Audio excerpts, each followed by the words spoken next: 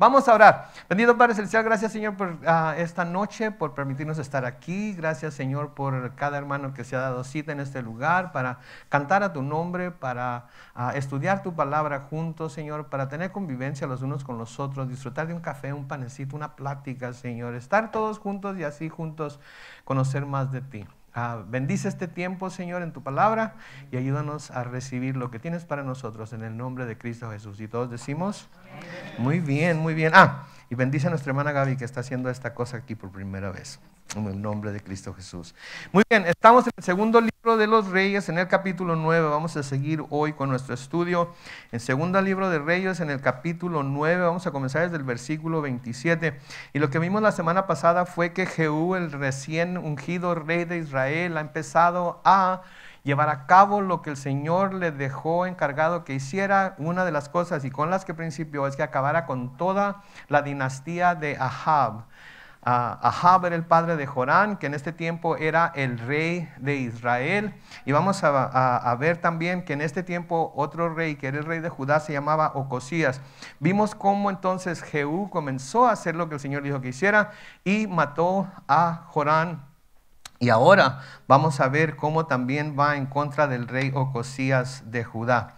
Noten ahí, por favor, en el segundo libro de Reyes, capítulo 9, comenzando con el versículo 7. Dice, cuando el rey Ocosías de Judá vio esto, o sea, lo que había hecho Jehú con Jorán, huyó por el camino de Bet-Agán, seguido de Jehú, que decía, hieran también a este que va en el carro. Y en la subida a Gur, junto a Ibleam, Ocosías fue herido, por eso huyó a Megiddo, donde murió.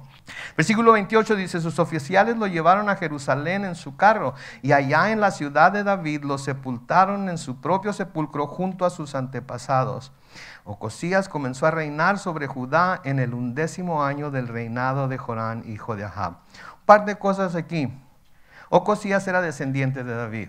Por tanto, cuando murió, lo llevaron de nuevo a Jerusalén a que lo sepultaran en los sepulcros que eran de su familia, que eran de David. Lo llevaron a lo que se llama la ciudad de David, ¿sí? Que es una ciudad separada unos cuantos kilómetros, ni siquiera kilómetros de Jerusalén, en donde él levantó su fuerte, su palacio, y ahí lo tenía. Entonces llevaron a Ocosías a sepultarlo en ese lugar porque él era descendiente de David.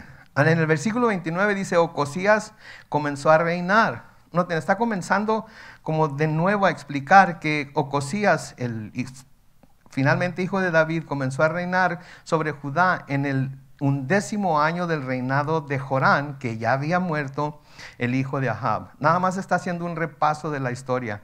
Aquí ya Ocosías y Jorán, hijo de Ahab, han muerto. ¿Okay?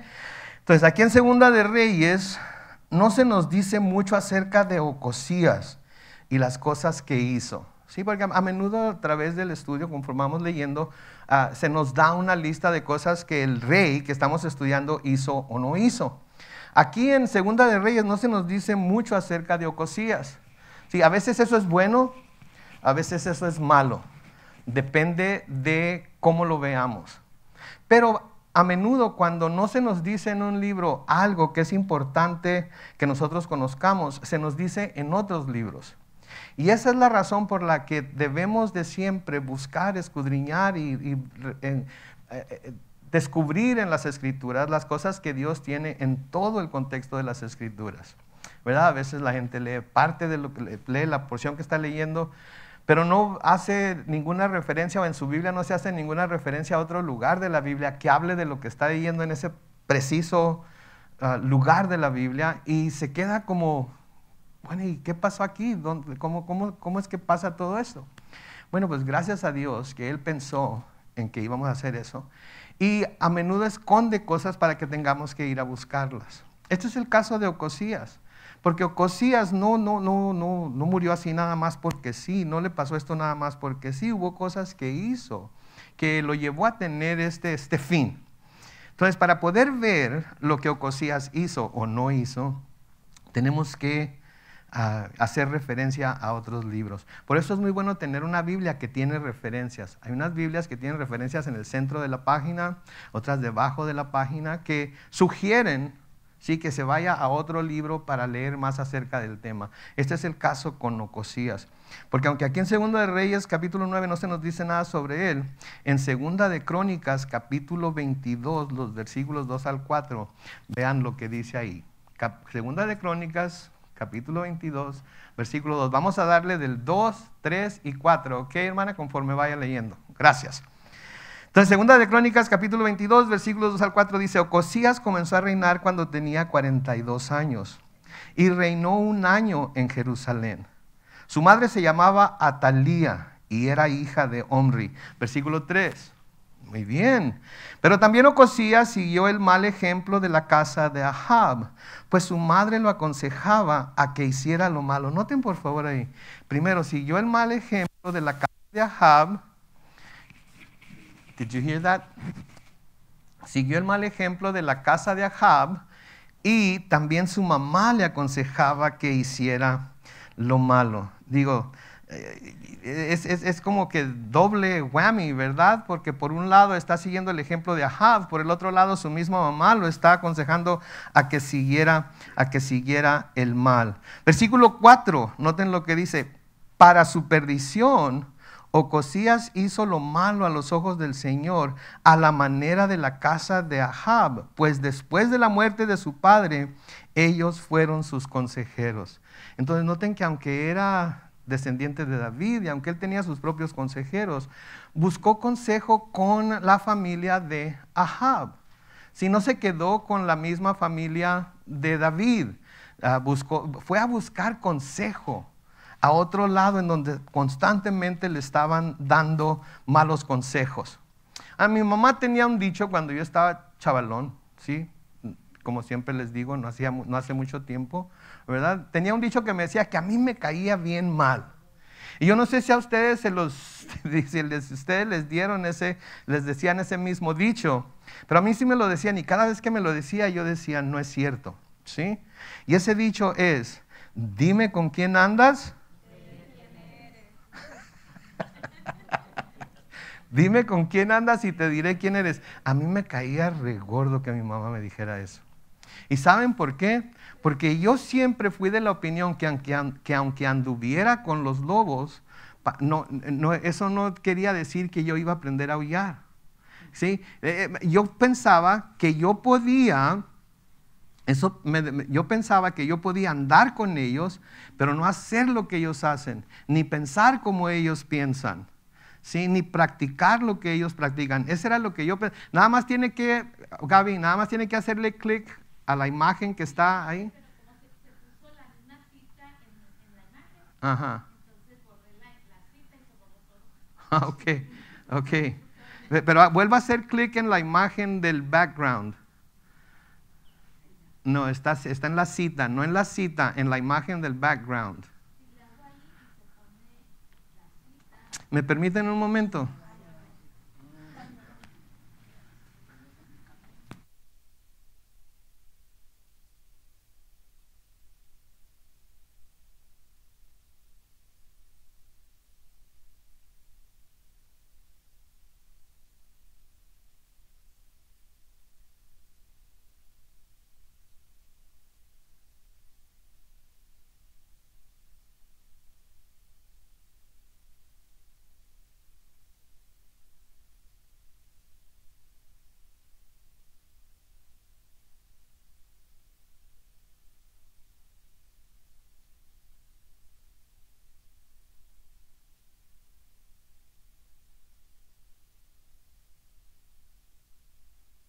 ¿Qué? Entrenamiento en la marcha. Okay, es la mejor manera de hacerlo. Así me enseñó mi papá a nadar a mí. Me echó a lo hondo y me dijo, órale, pataléale, ¿verdad? Y tenía también un dicho que no me gustaba, que decía, cabestreas o te ahorcas, ¿verdad? Así es que, ándele, hermana Gaby. Usted se aventó a darle, pero gracias. Ok, entonces, a mí me caía bien gordo ese dime con quién andas y te diré quién eres, porque yo creía que yo podría andar con quien a mí me diera la gana y ellos no iban a poder influenciarme. Dicen que la confesión es buena para el alma, ¿verdad? Todas y cada una de las cosas que mis amigos, con los que mi mamá me decía que no me juntara, con excepción de un par de cosas, todas las que ellos hacían, ¿qué creen? Yo lo hice también. Porque esa es nuestra naturaleza, queremos ser aceptados por los demás. Entonces, para quedar bien con ellos, vamos a hacer lo que ellos hacen. Y somos influenciados por ello. Eso es algo ¿y saben que dura toda la vida? Dura toda la vida. Piensen en sus amigos, los amigos que tienen ahorita. Son iguales en muchas áreas que ustedes. Piensan como ustedes piensan. Les gusta lo que a ustedes les gusta. Odian lo que ustedes odian. ¿Sí? De alguna manera encajan los unos con los otros. ¿Por qué? Porque eso es lo que buscamos todos, ¿no es cierto? Es curioso. El domingo que estábamos ahí en la casa de la hermana Edith y del hermano Héctor, todos gravitamos hacia ciertos grupos, ¿verdad? Y sí, vamos y saludamos a los demás y todo eso, pero normalmente nos quedamos con el mismo grupo al que gravitamos. Porque así somos. Entonces, lo que me decía mi mamá era cierto, y yo lo comprobé que era cierto, y yo sé que es cierto, y sería un hipócrita si les dijera que anduve entre los lobos y nunca aullé. Porque anduve entre los lobos y llegó el momento en el que yo aullaba más fuerte que todos los demás. ¿Ok? Entonces, es cierto, dime con quién andas y te diré quién eres. Aunque queramos decir que no, ¿sí? Y la palabra de Dios es tan clara en esto. La palabra de Dios es tan clara en esto. Porque noten lo que nos dice, por ejemplo, en Proverbios capítulo 4, los versículos 14 y 15. Proverbios 4, 14 y 15. Noten, no vayas por la senda de los impíos, ni sigas el camino de los malvados. Versículo 15. Deja esa senda, no vayas por ella, apártate de ella y sigue adelante. Entonces, ese es el consejo de la palabra de Dios. ¿Sí? No vayas por la senda. ¿Por qué creen que nos dice que no vayamos por la senda de los impíos? Porque si vamos por la senda de los impíos, tarde o temprano vamos a hacer lo mismo que los impíos. Tarde o temprano nos vamos a comportar tal como ellos. Vamos a empezar a hablar como ellos. Vamos a empezar a vestirnos como ellos. ¿No se han dado cuenta de eso? Que cuando uno es joven quiere ser muy individual, ¿verdad? Quiere tener su propia moda y su propio look y todo, ¿verdad? Me acuerdo yo cuando estaba chavalo quería ser el camarada, el hombre que trajera el pelo más largo de toda la bola, ¿ok? Y llegó el momento en el que tuve el pelo hasta donde una vez tuve la cintura, ¿ok? Pero siempre hubo otro que traía el pelo más largo que yo. Siempre hubo. Y luego, si se dan cuenta, los jóvenes todos se visten iguales, ¿no es cierto? La misma clase de pantalón, la misma clase de camisa, el mismo peinado, etcétera, etcétera, etcétera. Parecen mormones, ¿verdad? Todos se visten iguales, ¿verdad? Y quieren, que según ellos son muy individuales, según ellos tienen su propia moda, y todos se visten iguales. Así somos, mis hermanos. Por eso el Señor nos llama a que no vayamos por la senda de los impíos, a que no sigamos el camino de los malvados, a que nos apartemos de ella, no vayamos por ella. Si nos apartamos de ella, debemos seguir adelante por la senda que Él nos está trazando. En Proverbios capítulo 22, los versículos 24 y 25. Noten lo que dice ahí. No tengas nada que ver con gente violenta, ni te hagas amigo de gente agresiva. Versículo 25, noten lo que dice. Para que no imites su conducta y tú mismo te tiendas una trampa. ¿Qué está asumiendo aquí Dios? ¿Qué está asumiendo aquí la palabra de Dios? ¿Qué está anticipando? Que tarde o temprano sus malas costumbres se convertirán en las nuestras. Pablo nos dice muy claramente, no se engañen a sí mismos. Las malas costumbres corrompen los buenos modales. Es de ley, se puede decir. Y nunca podemos decir, no, yo no. Sí, yo no. ¿Verdad? Yo me voy a la barra con mis amigos, pero para evangelizarlos. ¿Verdad? O voy a sus fiestas, pero para hablarles de Cristo. O qué sé yo, voy con ellos, pero es para mostrarles el camino. Tarde o temprano ellos nos jalan a nosotros. Y noten esto, y yo sé que todos lo saben. La influencia más grande que tenemos en nuestra vida son nuestros padres, ¿no es cierto? Tanto que cuando entre más viejos nos hacemos, más nos convertimos en lo que ellos eran. Más de sus dichos usamos. reconocemos que nos estaban diciendo la verdad y empezamos a caminar en esos caminos que cuando jóvenes estábamos tan en contra de ellos. Sin embargo, en ese lapso que hay de como los 14 hasta los 24, 26 años, nuestros amigos tienen un poder para jalarnos hacia lo que ellos hacen tremendo, ¿no es cierto? Y a veces hasta más viejos todavía. A veces ya estamos viejos, cincuentones, sesentones, y seguimos haciendo lo que todo el resto de la palomilla hace. ¿Por qué? Porque queremos quedar bien con ella. Noten el consejo que el Señor les dio a los hijos de Israel cuando iban a tomar la tierra prometida. En Éxodo capítulo 34, comenzando con el versículo 12 y hasta el 16. Éxodo 34, 12 y hasta el 16, noten el versículo 12. Pero ten cuidado, no hagas alianzas con los habitantes de la tierra a la que vas a entrar, para que no te sean un tropiezo. Versículo 13, ustedes derribarán sus altares y harán pedazos sus estatuas y sus imágenes de Asera. Versículo 14, de ninguna manera te inclinarás ante ningún otro Dios, porque yo, el Señor, soy un Dios celoso. Mi nombre es Dios celoso. Más claro no canta un gallo, pero en el versículo 15, noten, por lo tanto, les recuerda, les recalca, no harás alianza con los habitantes de esa tierra, porque ustedes podrían prostituirse al ir en pos de sus dioses, y entonces ofrecerán sacrificios a sus dioses, y los invitarán a comer de sus sacrificios. Noten el versículo 16, o no, casarán a sus hijas con sus hijos, o casarán a sus hijas con sus hijos, y al prostituirse sus hijas por seguir a sus dioses, harán que también tus hijos se prostituyan al seguir los dioses de ella. Noten por favor el énfasis que estaba poniendo el Señor en que ellos no hicieran ninguna alianza con los pueblos a los que iban a tener que conquistar. No vaya a ser que les pongan que vayan a hacer una piedra de tropiezo para ustedes. No vaya a ser que ustedes vayan después a practicar lo que ellos mismos practican. Mantengan a sus hijos lejos de las hijas de ellos, y obviamente lo contrario también es verdad. Y a sus hijas lejos de los hijos de ellos.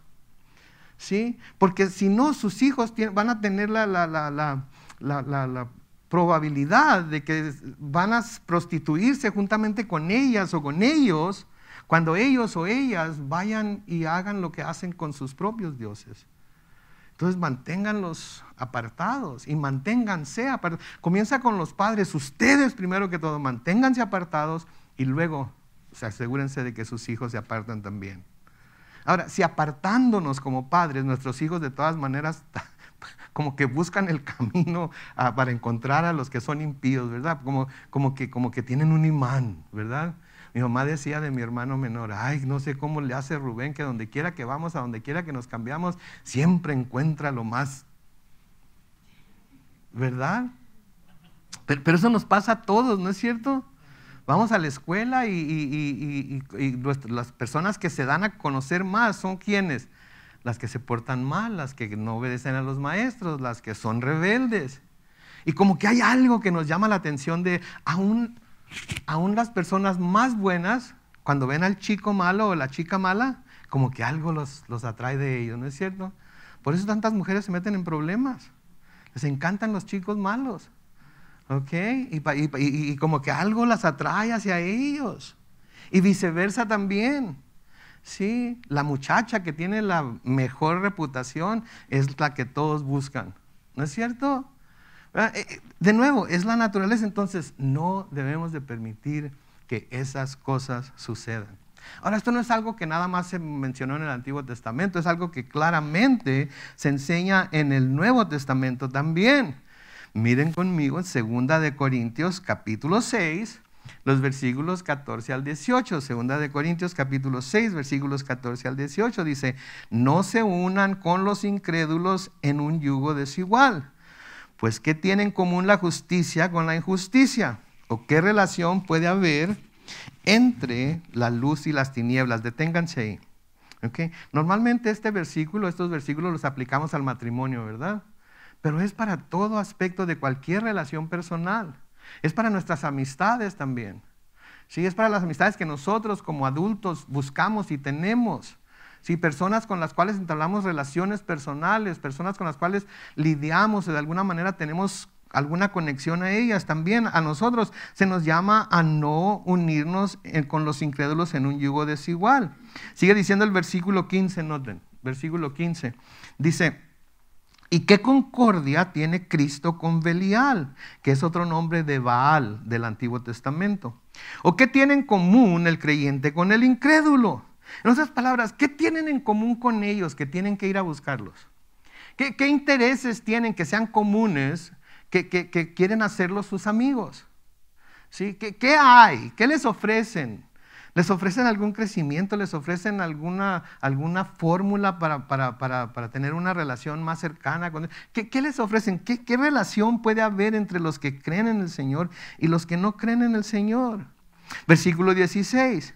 ¿Y qué acuerdo puede haber entre el templo de Dios y los ídolos? Recuerden lo que leímos el domingo, lo que vimos el domingo. Ustedes son el templo del Dios viviente.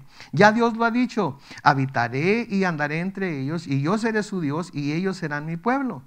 Por lo tanto, dice el versículo 17, el Señor dice: salgan de en medio de ellos y apártense, y no toquen lo inmundo, y yo los recibiré. Versículo 18.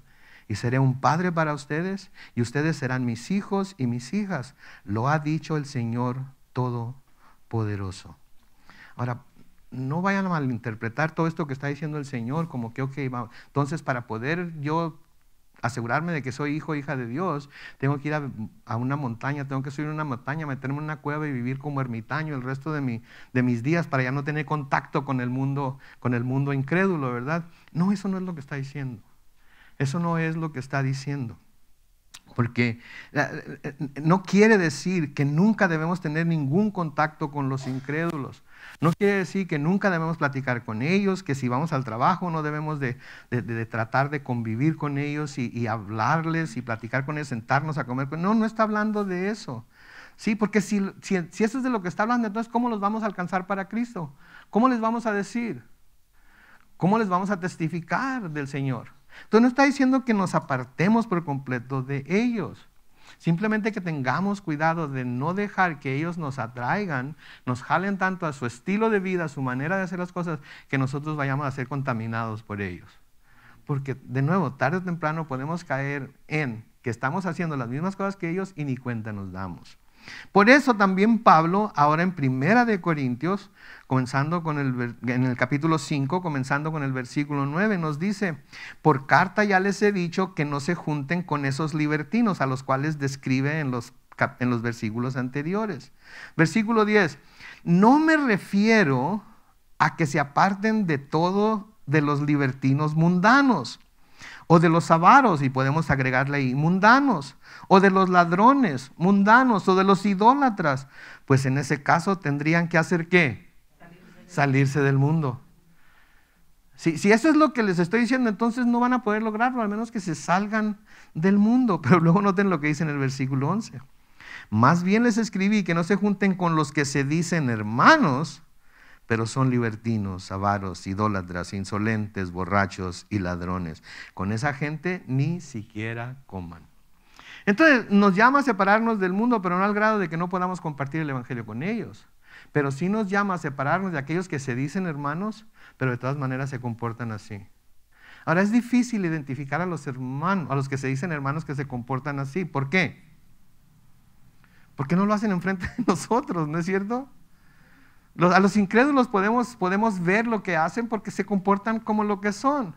Pero los que se dicen ser hermanos y se comportan así, es imposible para nosotros identificarlos, al menos que empiecen a mostrar el cobre y a destaparse y que nos dejen ver su verdadero comportamiento, ¿verdad?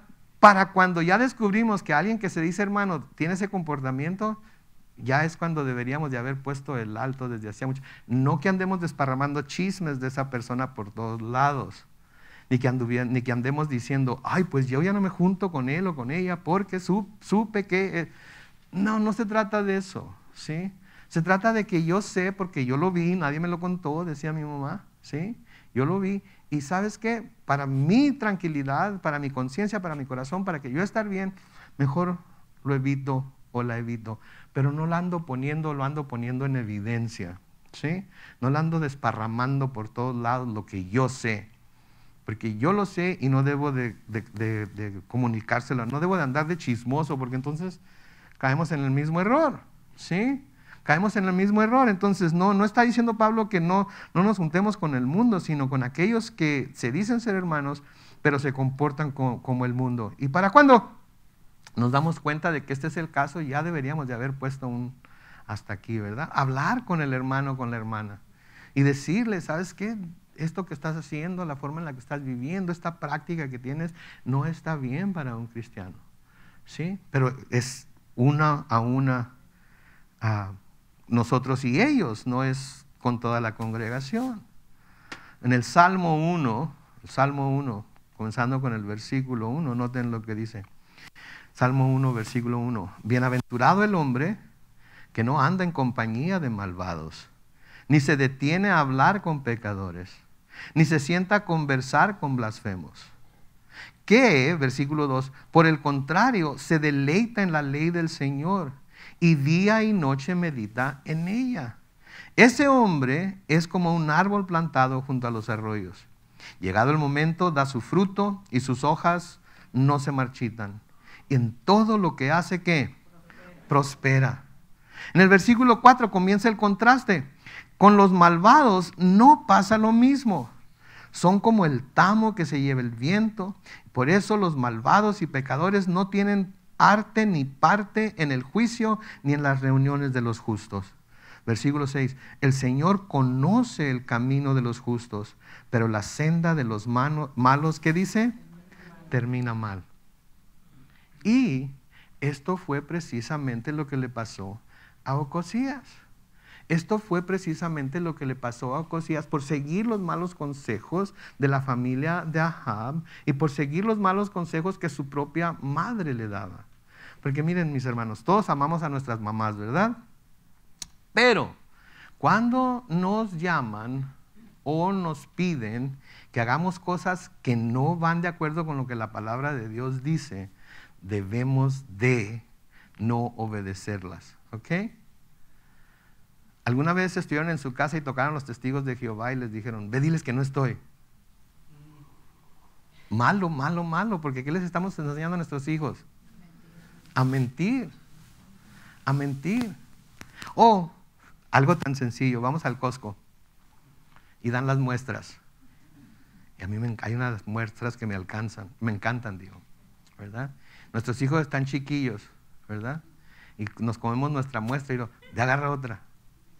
Pero no me gusta, tú ve, agárrala. Y llévate a tu hermano y que él también agarre una. ¿Para qué? Porque ¿qué les estamos enseñando a hacer? A hacer cosas que no es una muestra por persona. Ahora, si quieres darle toda la vuelta a la manzana y llegar y agarrar otra, pues dele toda la vuelta a la manzana, venga y agarre otra. ¿Verdad? Pero enseñamos a nuestros hijos a veces sin querer a mentir, a ser engañosos, a hacer cosas por abajo de la mesa que no debemos de enseñarles a hacer. Entonces, aunque amemos a nuestras mamás y las amamos, cuando nos están diciendo que hagamos algo que va en contra de la ley de Dios, debemos de, no, mamá, pues ¿cómo?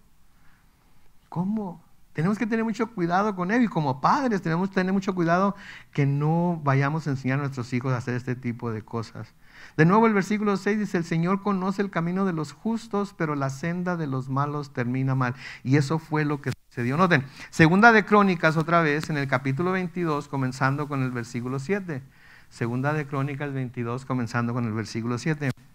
Todo esto, lo que le pasó a Ocosías, venía de Dios, para que Ocosías fuera destruido al llegar a donde estaba Jorán, porque en cuanto Ocosías llegó, se unió a Jorán para atacar a Jehú, hijo de Nimsi, al cual el Señor había escogido para exterminar a la familia de Ahab. Versículo 8, al dictar Jehú sentencia contra la casa de Ahab, encontró a los jefes de Judá y a los sobrinos de Ocosías que estaban al servicio de éste y los mató. Luego buscó, dice el versículo 9, a Ocosías, el cual se había escondido en Samaria, y cuando lo hallaron, lo llevaron ante Jehú y lo mataron. Pero le dieron sepultura porque dijeron, era hijo de Josafat, quien de todo corazón buscó al Señor, y la casa de Ocosías no tenía el poder suficiente para retener el reino. Entonces lo que le pasó no le pasó por inocente. Lo que le pasó porque había también él, de la misma manera que Ahab, desobedecido a Dios y practicado las cosas que Ahab, el peor rey que jamás haya tenido Israel, hacía. Andando entre lobos, ¿a qué aprendemos? Por eso tenemos que hacer caso de lo que la palabra de Dios dice. Cuando yo descubrí estos pasajes, pensé, mi mamá tenía razón, por algo me lo decía. ¿Sí? Y entonces debemos de tener mucho cuidado con no descartar todo lo que se nos dice, porque mucho de ello es bíblico. Sí, mucho de ello es algo que en la Biblia se ha estado enseñando por milenios. ¿Sí? Pero si no lo buscamos, si no lo estamos constantemente escudriñando la palabra de Dios, no nos damos cuenta de ello. Ahora, comenzando con el versículo 30, se nos va a describir la muerte de Jezabel. Ahora, todos nosotros debemos de saber cómo murió Jezabel sin tener que leer lo que vamos a leer, pero lo vamos a leer por si acaso a alguien se nos olvidó, ¿ok? Y porque tenemos que hacerlo versículo por versículo. Versículo 30 dice, después Jehú se fue a Jezreel, y cuando Jezabel lo supo, noten, se pintó los ojos con antimonio y se atavió la cabeza y se asomó a la ventana. ¿Sí? Se volvió en una Julieta de repente, ¿verdad? Se pintó los ojos, se vistió bien y fue y se sentó en la ventana que llegara lo que pensaba iba a ser su príncipe azul, ¿verdad? Pensaba que iba de alguna manera a convencer a Jehú de que no la matara usando estos métodos, ¿verdad? Entonces Jezabel sabía que su final estaba cerca. Sin duda le había llegado la noticia de lo que Jehú había hecho con los reyes de Israel, Jorán y Judá, Ocosías. Y ella muy desvergonzadamente va y saca su bolsita de pinturas y make-up, ¿verdad? Y se pinta los ojos, se adorna a sí misma, se pone sus pestañas postizas, ¿sí?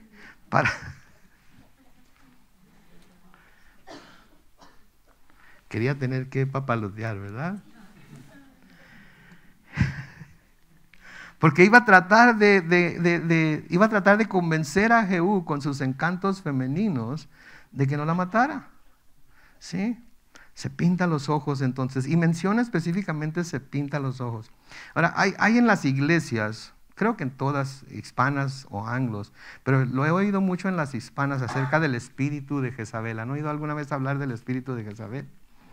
Y esa mujer tiene el espíritu de Jezabel, y el espíritu de Jezabel está aquí, y el espíritu de Jezabel para aquí, para allá. El espíritu de Jezabel está ahorita en el infierno, ¿ok?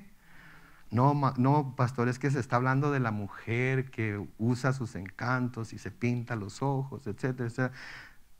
¿Saben qué?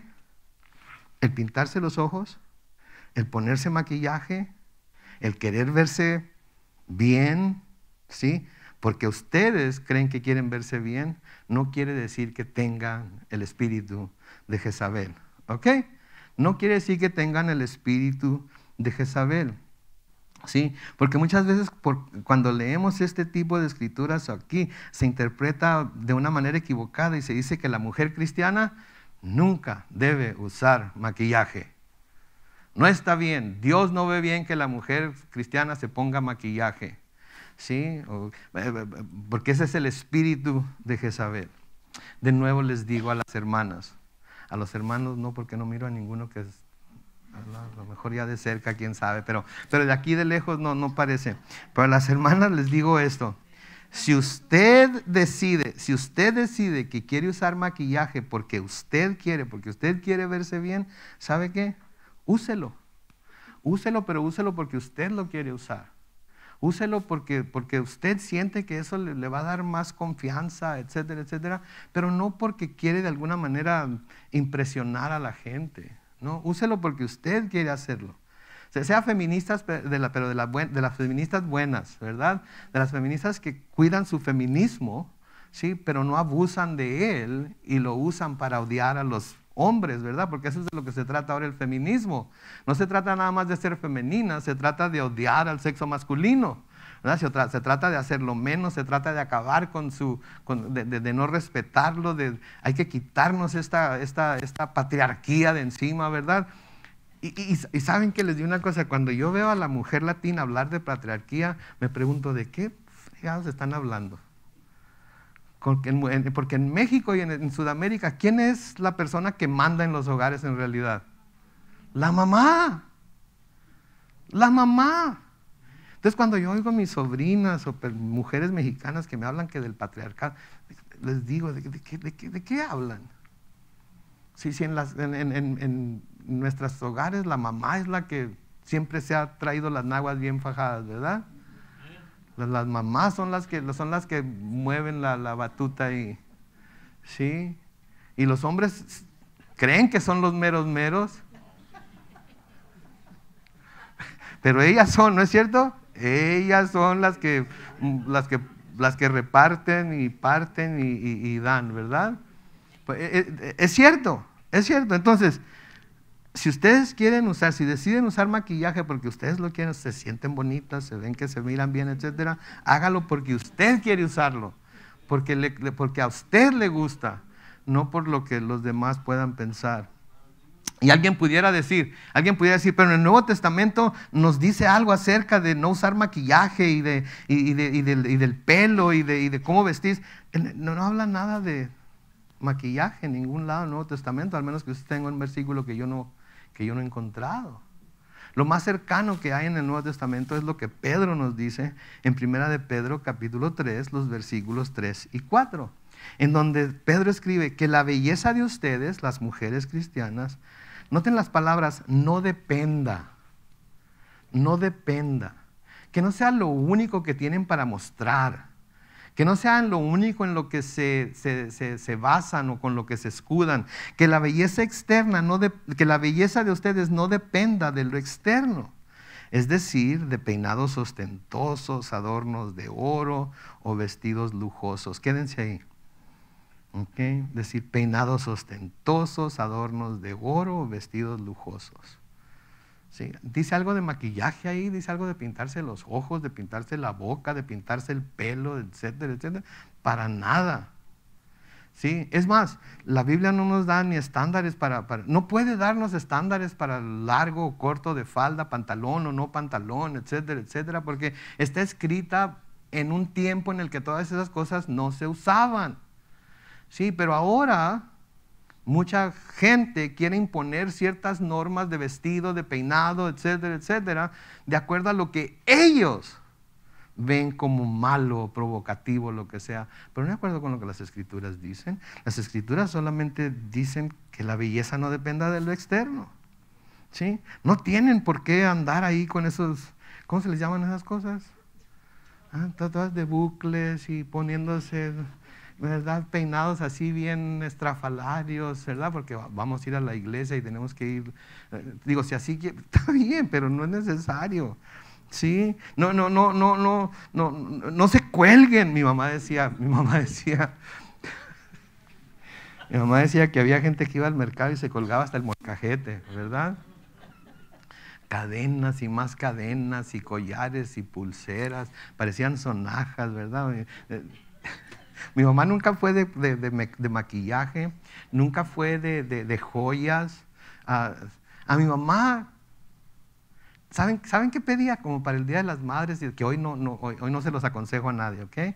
Pero mi mamá lo que pedía que para el Día de las Madres, una licuadora nueva, un tostador nuevo, una lavadora.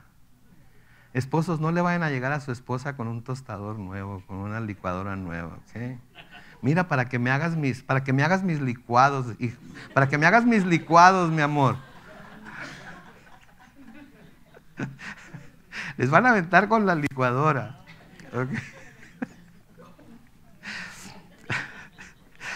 Mira la lavadora de último modelo que te traje.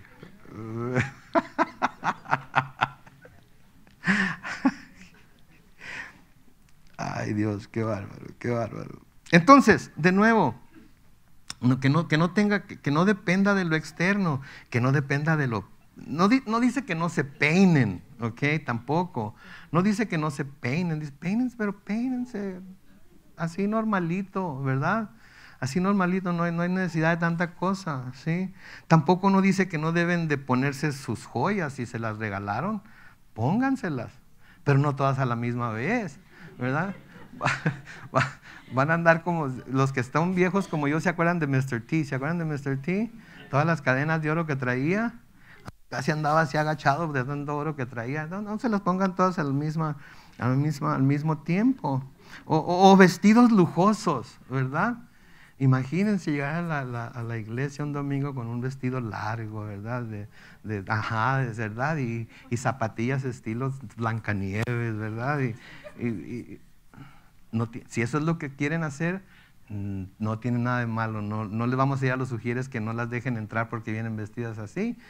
Pero ¿qué caso tiene? ¿Qué caso tiene? Y ¿saben qué, varones? También esto va para los varones también, ¿ok? Porque digo, sí, báñense, cámbiense y todo eso, pero digo, hay tal cosa como, ¿verdad? Pasarse de la raya, ¿verdad? No vayan a splasharse el Old Spice de tal manera que se van bajando del carro en el estacionamiento y ya sabemos que ahí vienen, ¿verdad?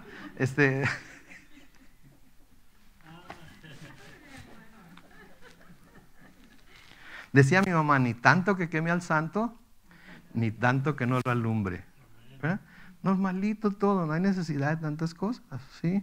Entonces, de nuevo, que la belleza de ustedes no dependa de lo externo, es decir, de peinados ostentosos, adornos de oro, vestidos lujosos, sino de lo interno, del corazón, de la belleza incorruptible de un espíritu cariñoso y sereno, pues este tipo de belleza es muy valorada por Dios.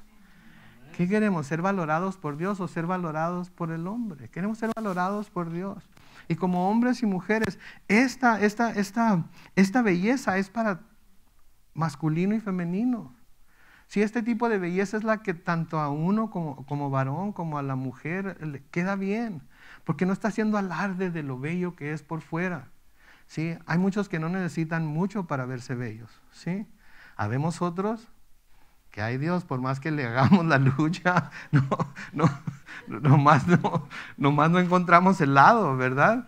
Entonces, no hay que ponerle tanto énfasis, ¿sí? Entonces, el arreglarse, el querer verse bien, no es tener el espíritu de Jezabel. ¿Amén? Okay, no soy muy convencido, así como que hay algunos que no estoy seguro. El arreglarse y querer verse bien no es tener el espíritu de Jezabel. ¿Amén? Ok. Entonces Jezabel, cuando ve que viene Jehú, antes de que se pinta y se arregla y todo eso para ver si lo pueden convencer, pero parece ser que Jehú no hizo caso de sus encantos y ella decide ahora, como ya no pudo con los encantos, decide recurrir a los insultos. Y lo compara a Jehú con un hombre llamado Zimri, que fue un traidor que había matado al rey que estaba como rey en su tiempo para tomar su trono. ¿Sí? Noten el versículo 31. En el momento en que Jehú entró a la ciudad, ella gritó, noten, ¿cómo le va a Zimri, asesino de su rey? ¿Sí? Entonces, Jehú sabía quién era Zimri. Ella sabía, era algo histórico que se sabía lo que había hecho Zimri. Y trata de alguna manera hacer lo que se sienta mal, diciéndole que se parece a otro traidor. Está llamándolo traidor, básicamente comparándolo con Zimri, ¿sí? Yo tenía un amigo que le decían Babi, ¿ok?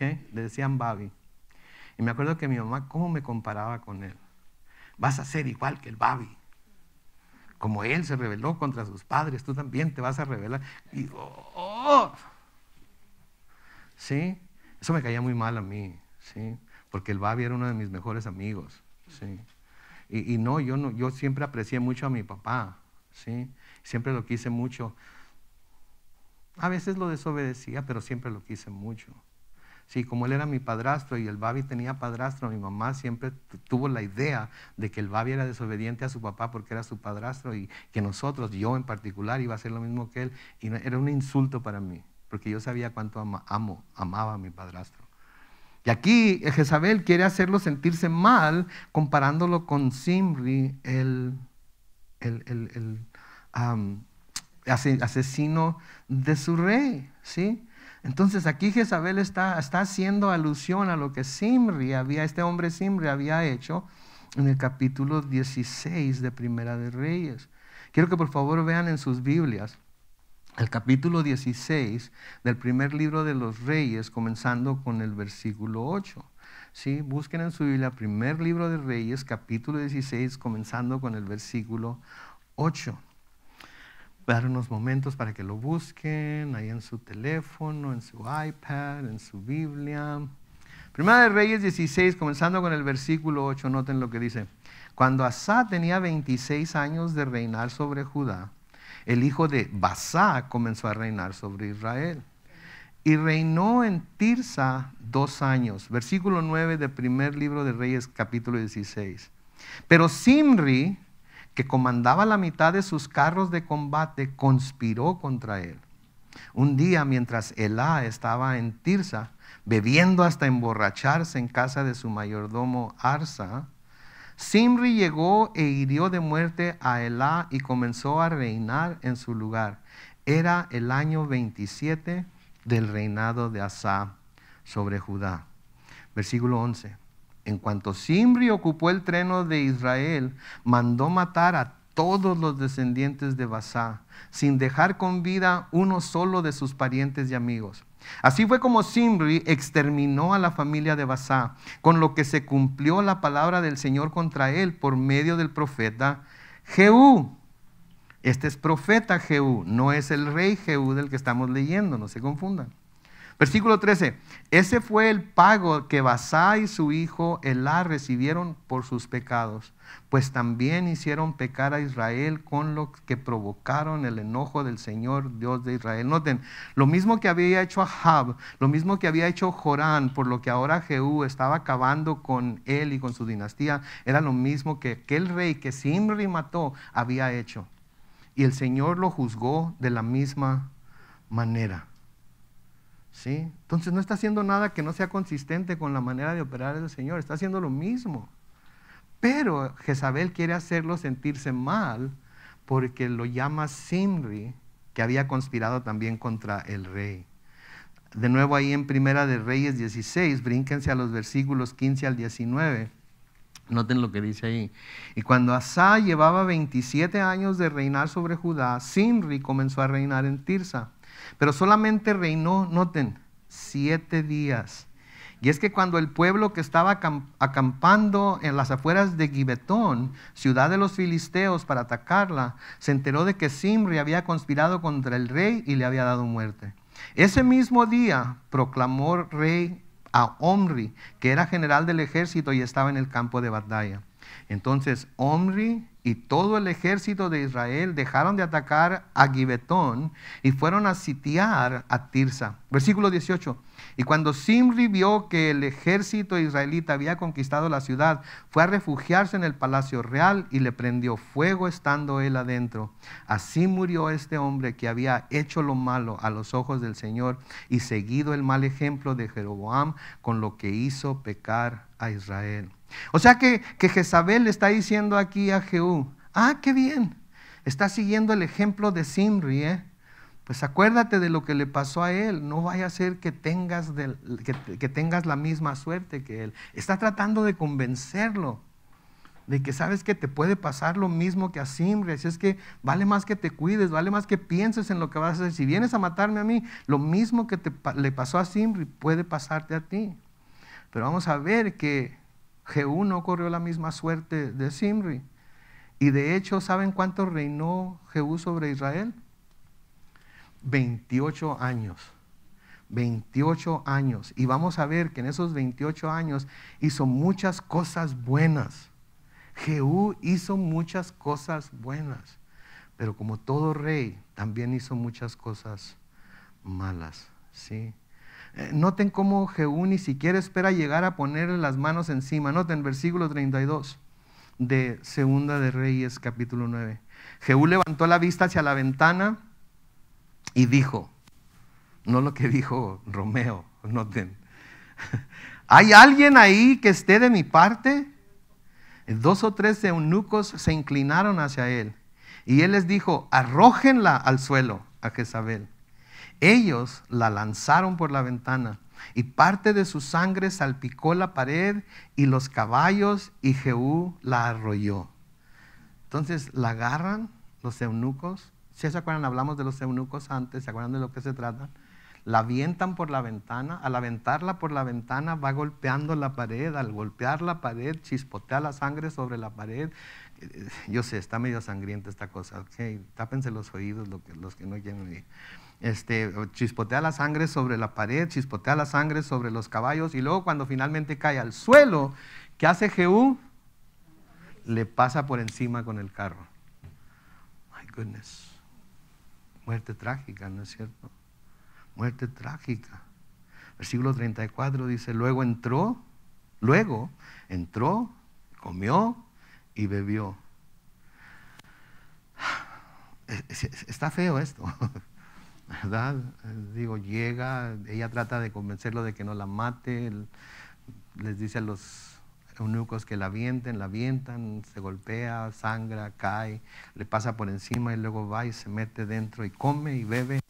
Y ya hasta más tarde, ¿cuánto más tarde? No se nos dice, pero por lo que pasó, vamos a ver si podemos deducir cuánto tiempo pasó. Luego entró, versículo 34 otra vez, luego entró y comió y bebió y más tarde dijo, ahora vayan a ver a esa maldita mujer y sepúltenla, pues es hija de un rey. Como era hija de rey, él todavía quería mostrar algo de respeto, tomando el cuerpo de Jezabel y llevándola y sepultándola como una hija de rey, merecía ser sepultada. Versículo 35, pero cuando fueron para sepultarla, no hallaron de ella más que la calavera, o sea, los pies y las palmas de las manos. Ya, entonces imagínense cuánto tiempo de haber pasado. O se la comieron de volada o dejó que pasara algún tiempo, ¿verdad? Entonces cuando fueron para sepultarla ya no hallaron más de ella que la calavera, los pies y las palmas de las manos. Versículo 36, volvieron entonces a decirle esto a Jehú y él sentenció, esta es la palabra de Dios pronunciada por medio de su siervo Elías el tisbita cuando dijo, en el campo de Jezreel los perros se comerán el cuerpo de Jezabel. ¿Se acuerdan? El campo de Jezreel era el campo de Nabot que Ahab quería y que Nabot no le quiso vender y que Jezabel orquestó todo para que mataran a Nabot y pudiera su marido tener ese campo. El Señor pronunció esa sentencia y ahora se está cumpliendo. Los perros se comieron el cuerpo de Jezabel. Versículo 37. Ahí, en el campo de Jezreel, el cuerpo de Jezabel será semejante al estiércol en el suelo, de modo que nadie podrá reconocerla. La idea aquí es que nadie iba a poder saber en dónde quedó Jezabel. Nadie iba a poder decir, ahí está sepultada Jezabel, o allá está sepultada Jezabel, o vayan y háganle, denle honor o honra ahí. No se supo en dónde quedó Jezabel, quedó en las panzas de los perros. ¿Sí? Y las panzas de los perros la desparramaron por todo lado. Por eso habla de que fue como estiércol. ¿Ok? Por eso habla de que fue como estiércol. ¿Sí? Cuando el Señor le dice a Ahab, le habla acerca de lo que le va a pasar a él y lo que le va a pasar a su esposa a Jezabel. En Primera de Reyes 21-23 le dice, en cuanto a Jezabel tu mujer, yo el Señor declaro que los perros se la comerán en la muralla de Jezreel. Y tal y como lo dijo el Señor, así fue. Así fue, por su maldad, por la maldad de Ahab, porque nunca se separaron de sus caminos malévolos, porque siempre se portaron de una forma en la que menospreciaban a Dios y servían a los Baales y servían a los Áseras y apoyaban a los profetas de Baal, pero a los profetas de Dios los mataban. ¿Sí? Y esto nos habla también de lo que va a suceder al final de los tiempos, cuando el Señor venga por su pueblo, se lo lleve al cielo, y todos aquellos que se burlaron, todos aquellos que mataron a cristianos a través de toda la historia, que no se arrepintieron, es lo mismo que les va a suceder. Por eso la palabra de Dios nos dice que no nos desesperemos cuando vemos las cosas malas que están pasando en la tierra. ¿Se dan cuenta que constantemente nos exhorta a eso? Constantemente nos exhorta a no desesperarnos por toda la maldad que vemos. Porque a veces nos desesperamos, ¿verdad? A veces, ¿hasta cuándo, Señor? ¿Hasta cuándo? ¿Hasta cuándo va a dejar de haber abortos? ¿Hasta cuándo va a dejar de haber todas estas ideas de homosexualidad y transexualidad y esto y lo otro? ¿Hasta cuándo, Señor, va a dejar de haber todo esto? Y creemos que de alguna manera nos va a tocar ver un giro y las cosas van a cambiar. Pero la verdad de las cosas es que si leemos las Escrituras a todo lo largo de las Escrituras, las cosas cambian, pero cambian para ponerse peor todavía. ¿Sí? Por eso la palabra de Dios nos dice en el Salmo 37, noten, Salmo 37, los versículos 1 al 3 primero, solamente el 1 al 3, dice: no te alteres por causa de los malvados, ni sientas envidia de los que practican el mal, porque pronto se marchitan como la hierba, pronto se secan como la hierba verde. Y luego la exhortación para el creyente es: confía en el Señor y practica el bien, así heredarás la tierra y la verdad te guiará. La verdad te guiará. A menudo nos preocupamos más por todo lo que los malvados están haciendo en la tierra y del provecho que están obteniendo de ello, ¿sí? Porque a nosotros no nos está tocando nada del provecho, es para ellos nada más, ¿verdad? Y a veces nos preguntamos, ¿cómo es posible que con tanta maldad y con tanta cosa que hacen, les salgan las cosas tan bien? ¿A poco no es cierto? ¿Verdad? Señor, deberías de darle su merecido. Deberías de darle su merecido. Y nos clavamos tanto en todo lo que los malvados están haciendo y el provecho que están obteniendo por ello.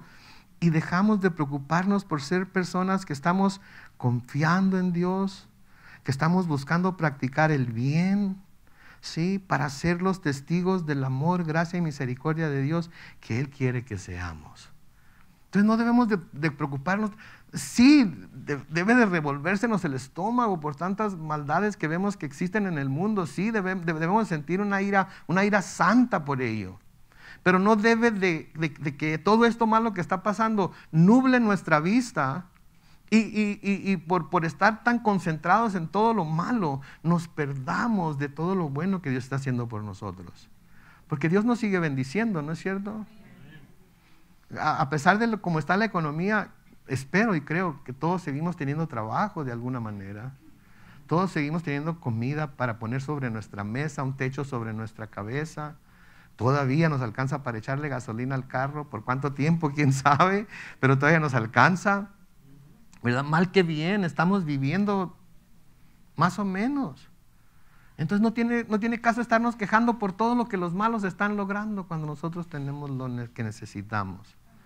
¿Sí? Y mientras el Señor esté de nuestro lado y mientras nosotros estemos del lado del Señor, tendremos todo lo que necesitaremos. Amén. Ahí en el mismo Salmo 34, los versículos 4 al 6, y con esto vamos a terminar mientras Jesús y el grupo pasa al frente. En el Salmo 37, versículos 4 al 6 dice: disfruta de la presencia del Señor y Él te dará lo que de corazón le pidas. En eso es lo que nos debemos de concentrar. En disfrutar de la presencia del Señor en nuestras vidas, en darle gracias que es parte de nuestras vidas y que nos deja ser parte de su pueblo. Versículo 5, noten lo que dice el versículo 5. Pon tu camino en las manos del Señor y luego confía en Él y luego y Él se encargará de todo. Sí, de nuevo, pon tu camino en las manos del Señor. Confía en Él y Él se encargará de todo. Sí, los malos están haciendo muchas, pero va a llegar el día en el que Él va a sujetar todo, ponerlo bajo los pies de Cristo y Él va a lidiar con ello. Nosotros no estamos encargados de lidiar con esas cosas. ¿Sí? Podemos pronunciarnos en contra de algunas cosas, pero no con esa pasión que a menudo nos lleva a no ser buenos testigos de Cristo, sino a convertirnos en acusadores, en jueces, jurado y verdugo de lo que los malos están haciendo. Porque saben que muchos de esos malos de los que nos quejamos ahora pueden arrepentirse delante de Dios y recibir perdón y ser salvos igual que nosotros. Y entonces, ¿qué vamos a hacer? ¿Qué vamos a hacer cuando veamos a algunas de esas personas en el cielo con nosotros? Nos vamos a decir, no, pues si Él va a estar aquí, mejor me voy, Señor, devuélveme. O si ella va a estar aquí, yo no quiero estar. No vamos a decir eso, ¿verdad? Creo que nos vamos a gozar de que hayan encontrado el perdón que nosotros encontramos. ¿Sí? Entonces, de nuevo, pon tu camino en las manos del Señor, confía en Él y Él se encargará ¿de qué? De todo. Versículo 6, hará brillar tu justicia como la luz y tu derecho como el sol de mediodía. Debemos humillarnos bajo la mano poderosa de Dios y Él nos va a exaltar a su debido tiempo. Sí, a su debido tiempo. Entonces no hay que clavarnos tanto en los Jezabeles y en las Ahabs de la tierra que hay ahorita, que andan haciendo y deshaciendo a diestra y siniestra. Vamos a fijar la mirada en nuestro Dios, el autor y consumador de nuestra fe. ¿Sí? Aquel que puede llevarnos a la meta final, porque Él ha prometido que así va a ser. Estamos seguros en sus manos, amén. Entonces encomendemos nuestro camino a Él y vivamos para Él, amén. Padre Celestial, te damos gracias, Señor, por tu palabra en esta noche. Señor, ayúdanos a guardarla en lo más profundo de nuestro corazón. Ayúdanos a meditar en ella, Señor, a las altas horas de la noche que todavía esté dando vueltas en nuestra mente y nuestro corazón, Señor. Y que podamos a través de ella acercarnos más a ti, conocerte mejor a ti, Señor. Sí, hay muchas Jezabeles y muchos Ahabs y Simris y Jehús y todo este tipo de personas hay ahorita en esta tierra, Señor. Y muchos de ellos, Señor, están haciendo cosas que nos hacen sufrir a nosotros. Que traen coraje, ira a nuestro corazón inclusive por las cosas que se están llevando a cabo. A veces lo vemos como injusticias y lo son. Pero creemos en un Dios justo, creemos en un Dios bueno, en un Dios que tarde o temprano su voluntad, su perfecta voluntad se va a cumplir. Así es que te pedimos que nos ayudes a que en nuestras vidas tu perfecta voluntad se cumpla desde ya, desde ahora, desde ahorita, Señor. Que fijamos nuestra mirada en ti y no en lo que los malos hacen, no en lo que ellos obtienen por andar haciendo las cosas que hacen, sino que nosotros un día vamos a obtener por haber puesto nuestra fe en ti. Bendice a tus hijos, Señor. Guárdanos, protégenos, sigue guiándonos, enseñándonos a través de tu palabra.